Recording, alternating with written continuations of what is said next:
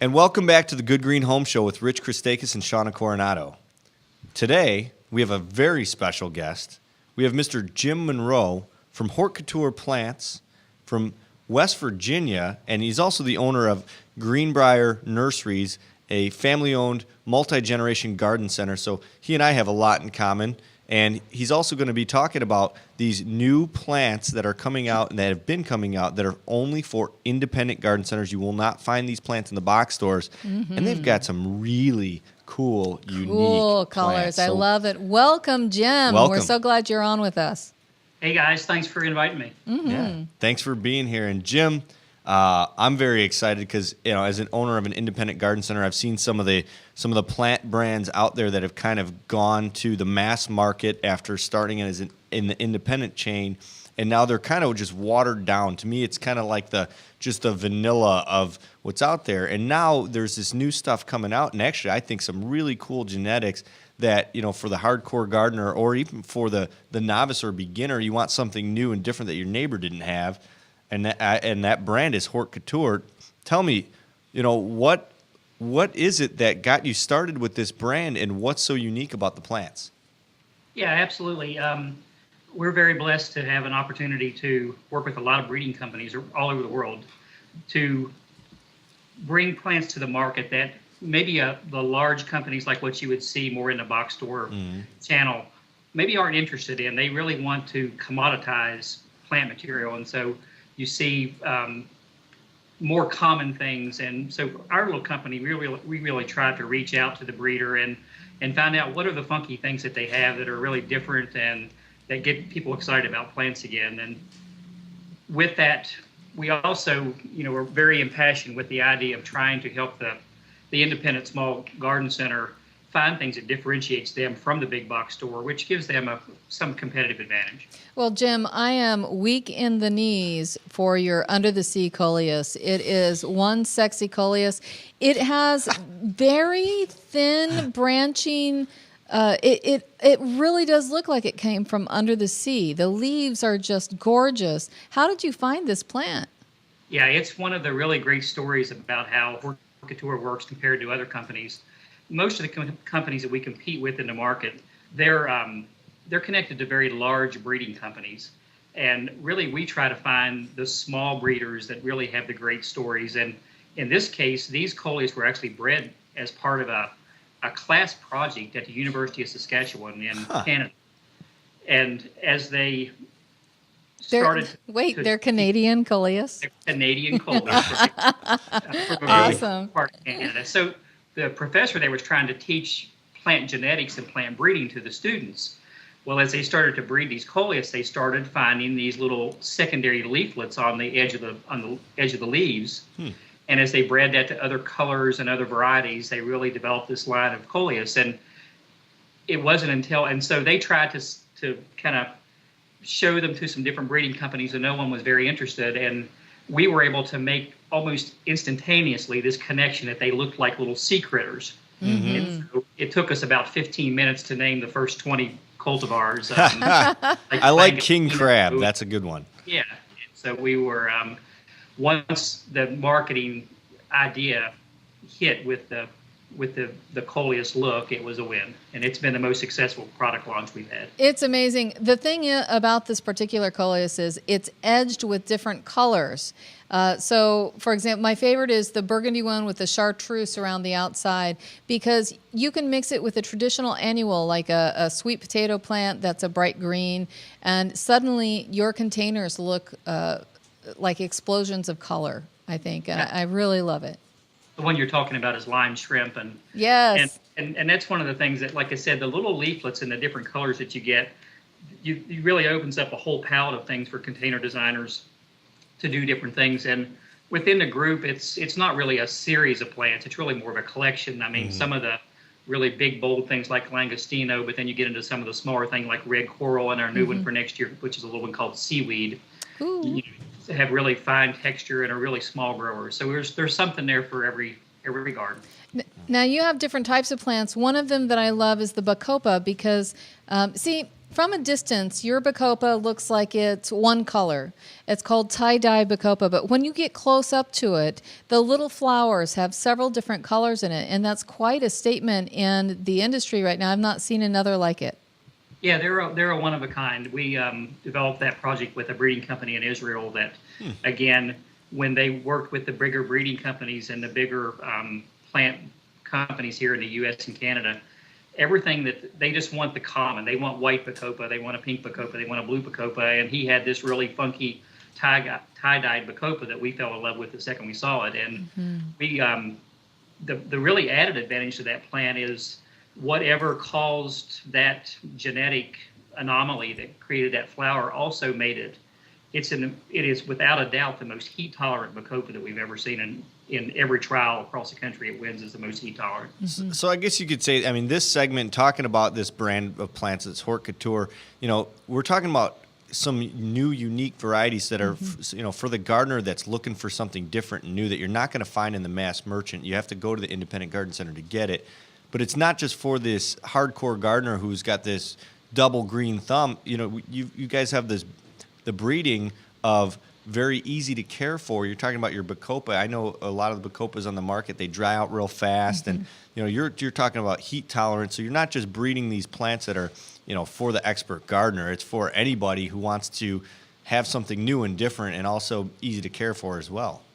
Oh, absolutely. In fact, one of the real criteria that we have in our breeding and selection is the Hort Couture brand is a play on the term haute couture, which is high fashion. And one of the things we have found is that when a young lady who maybe hasn't grown up with the agrarian roots that her mother or grandmother had to really know a lot about gardening goes into the garden center, they can kind of connect with the fashion idea of Hort Couture. And so one of our ideas with that was that we want to have really high fashionable, cool things, but we also want them to be successful. And so we really look at, this person who may not be the best gardener in the world can be successful with our varieties. So. I love your sweet potato vine. This year I planted, I can't remember the name. It was a guacamole. No, they were it was like refried. Chipotle. They were but it was they were all like Mexican names. food names. Yes, yeah. and it was, and I planted them on all my vertical living walls. It was super cool. They have green and burgundy refried on the beans. leaf together. Was that one refried beans? Yeah. That's Chipotle is the name of that. Chipotle. Yeah. I loved it. It's really the first sweet potato ever in the market that combines the purple with the chartreuse, and it's really a nice little grower. It's not an overwhelmingly fast grower, and all of our little sweet potato line, the plant Chihuahua, which is our little yellow sweet potato, is actually the plant that started Hort Couture. That was the first plant that we brought into the market, and as we've evolved, and now we have 4 varieties in the line. But the new one for last year, the Chipotle, is a really hot plant. I loved it. Do you know, I planted it with a combination. I called it Dreamsicle, the combination. I used orange zinnia and vanilla zinnia, and then this Chipotle vine. It really popped because we're used to seeing vines that are either the super bright green chartreuse sort of thing or the purple burgundy. Having the combination against an orange was to die for. It was really a beautiful statement. Yeah, and going back to the core of our company and our commitment to small business, Chipotle is a great story. That is a plant that was actually discovered by a garden center owner in Oklahoma City, and now he gets a royalty on each one we sell, and he's had some health issues with some family members, and I know the money they're getting from us for the royalties really helps them out. Oh, that's awesome. That's a neat now, story. did you think of the name? Were you drinking margaritas? Is this how this came about?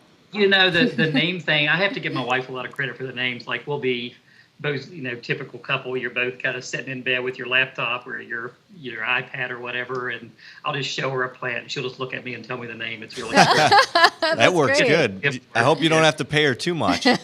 She's cheap. All right. Well, hey, geraniums. And when I think of geraniums, I think of, grandmother's flower the one that you take to the cemetery. And, I think of these big red blooms that last a long time. But you guys have some new stuff, new geraniums that are making me think differently about geraniums. And it's not just the bloom, it's the foliage color. What is this Glitterati series of geraniums all about? And can you Can you explain, how did you guys even come up with the thought to do something like that? Yeah, Glitterati is actually, some projects are really quick to get a plant to the market, and some things are very long, arduous journeys. And in the case of Glitterati, it has been a long process. We worked with this with a it is probably the smallest breeding company in the United States, and they started about 4 years ago at about the same little after we started our company, and they've never had a product get to market. And we've done a lot of work with them trying to give them ideas of things to work towards, and Glitterati was the idea of taking the big, beautiful, bold flower of the old-fashioned zonal geranium and combining that with some of the really amazing foliage patterns that exist within zonal geraniums and ivy geraniums. And so that's kind of where we started it. And as they started evolving through that, we just couldn't get the big flower on the zonal foliage. But what we were able to do was we had great success doing something very similar to what Calliope geranium did, taking the ivy and crossing it to the fancy leaf zonal, and we started seeing much better progeny coming out of that. And the two we have two varieties in the market for this year, one called Ice Queen and another called Gold Digger, which are really fun names. And, those are great names. Yeah, and what they have is they have the heat tolerance and the incredible flower power and the bright, bold flowers of the ivy geranium, as well as the trailing form of the ivy geranium.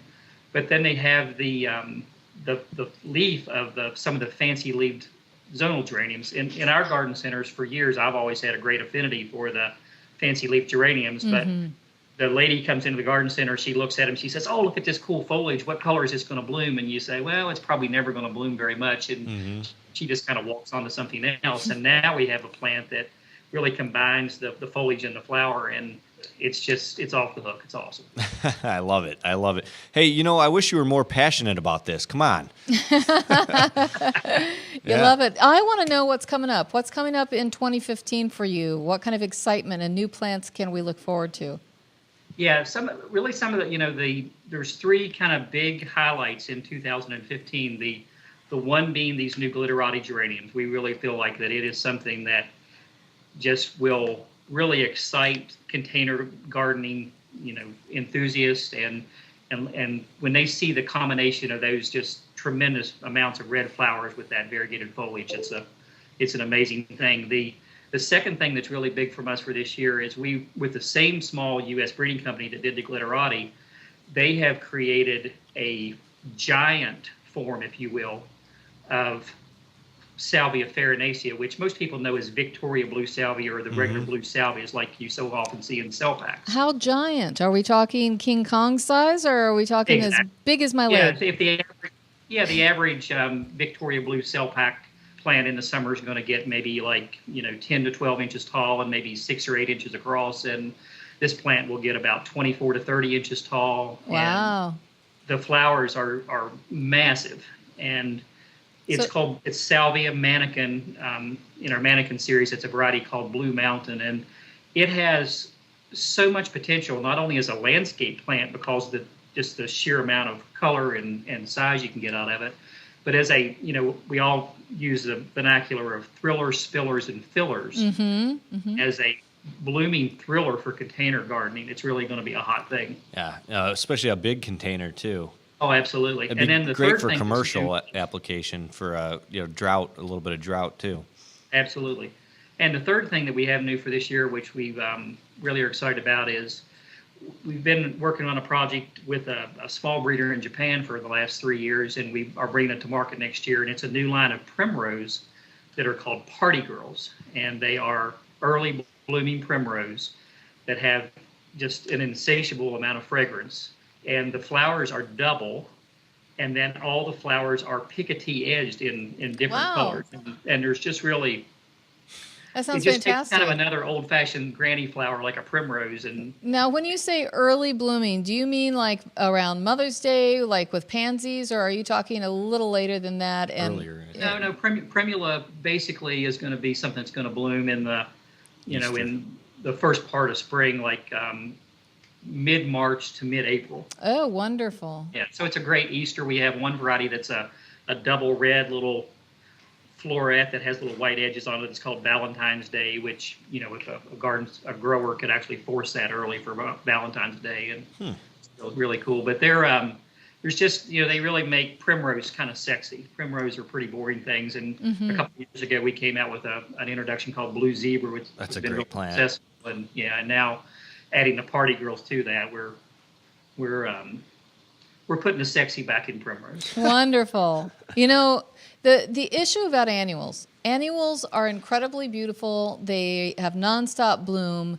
What is your recommendation from your line for plants that are beautiful and are also pollinating plants that might attract pollinators to your garden?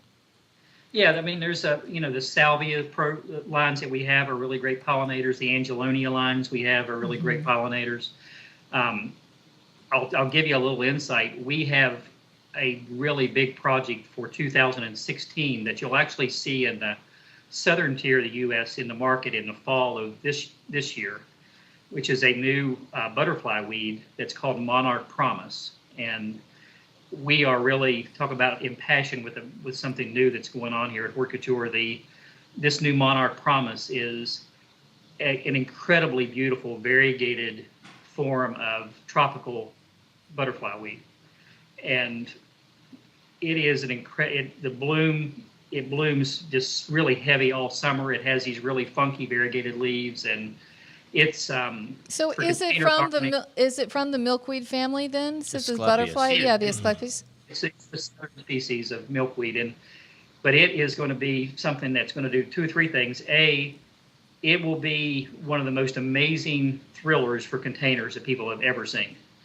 But more than that is, we're really using the product to create awareness about the pollination issues that bees and butterflies both are experiencing right now, and what's causing those things. And part of the proceeds from the sale of this plant will go back to help develop habitats for butterflies across the U.S. Oh, terrific! Now that's what I want to hear. Yeah. We're supporting the bees. We're making them happy. Yeah, but it's I just can't wait for people to see the plant because it is really incredible. And Jim, I got to give you kudos and props to all the things that you have going on. I think I'm kind of the same way where I've got all these different projects up in the air at one time, and I definitely think you kind of inspire me on a lot of stuff. With you're running your garden centers, you've got your wholesale nursery, you've got your plant brand, and then you have a family. That should be first, and you also have these farm to table markets going on in your garden center, and you're also facilitating a CSA through your garden centers, and we rolled out our same kind of a plan this year, and you helped me and our company out of the goodness of your heart, because I don't know. I don't believe I've given you anything in return other than, I'd be more than happy to promote you and your brand. He's giving you love. But I got to say, and you also are facilitating this amazing network of people on Facebook that are in our industry that, to try to drive the ideas going forward. And we were talking pollinators and talking, all these different things that we can do to move the horticulture industry forward and then train and teach and educate the next generation. And I don't think you get enough credit in the industry. So I want to say that I definitely notice it, and I just keep doing what you're doing, and let me know how I can kind of do some of the same things, because it just blows my mind how you're able to keep that all together. Well, it's very kind of you. I think this is a really exciting time for the garden center. I mean, the young families that are interested in food at this point is something that hasn't happened since post-depression in the U.S., and where young families want to learn how to grow food, and there's so many wonderful varieties of plants, and it's a great business to be in. And we just for most people in our industry, when the economy really slowed down in 8, 9, and 10, it was a tough time for people in the plant business, and that's really what drove us towards food. Was we had a lot of extra greenhouse space because the demand for our product at the time was down, and now that's all recovered on the ornamental side. But as we had empty greenhouse space, we started really looking at the increasing interest in people wanting to have local foods and more unusual, more interesting foods to Well, eat. plus And you are promoting buying local. Independent Garden Center, having a CSA there, all of that means you're supporting your local community, and that's good for everyone. oh, it's a tremendous dynamic when you think about tying the people that love plants and with people that are foodies that want to come to the farm market or want to participate in a CSA, because culturally all these people have the same ideas of lifestyle and life quality. And I think the garden center, the independent garden center, is a great place that can become very much of a meeting place for these people. So. Absolutely. And Jim, thank you so much for the time. I know you're a busy man, like we had kind of gone over the list of things you got going on. So Yeah. you I'm know. actually hanging up here. I'm going to be late for basketball practice. I'm coaching basketball. That's Oh, right. I you forgot got to told go, me man. that. You got to go. All right. Well, thanks for being with us, Jim. We so appreciate it. Thanks for the All opportunity. right, Jim. Take care. Thanks again. All right, bye. All right. That was Jim Monroe with Hort Couture Plants and Greenbrier Nurseries in West Virginia. And always awesome He's to talk to him. fantastic, fantastic. And new plants of every variety. I can't wait. Yeah, and I was actually fortunate enough I went to the Raker Trials, which is in Michigan. They're a big plant propagator last summer, and one of his employees, Jen Hatalski, who works at the Rakers location but is a brand ambassador for Hort Couture, she gave me a tour of I saw plants that they're going to have coming out in 2018. Or that might not even come out in their trial area, their super secret trial area. Jealous. And the breeding that they have that they're not even allowed to talk about yet, and I have pictures I shouldn't show anybody, is pretty spectacular. So, and I did see that Monarch Promise Asclepius, and it is a very, very cool plant. Great. So we'll be right back after a message from our sponsors.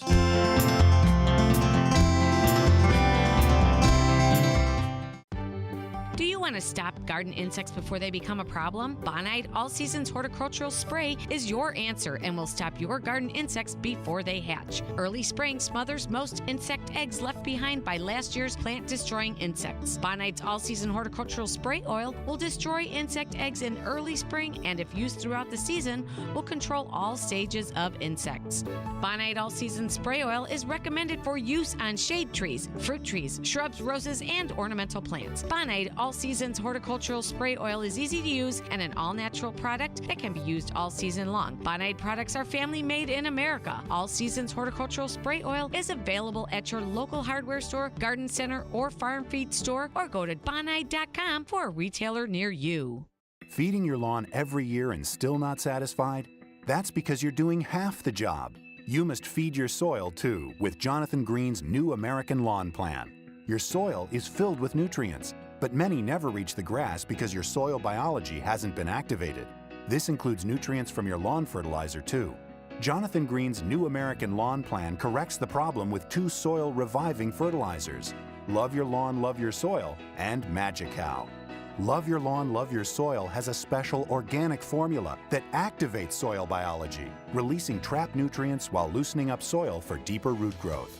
Magic Cow balances soil pH so nutrients from lawn fertilizers don't go to waste and weeds don't become a problem.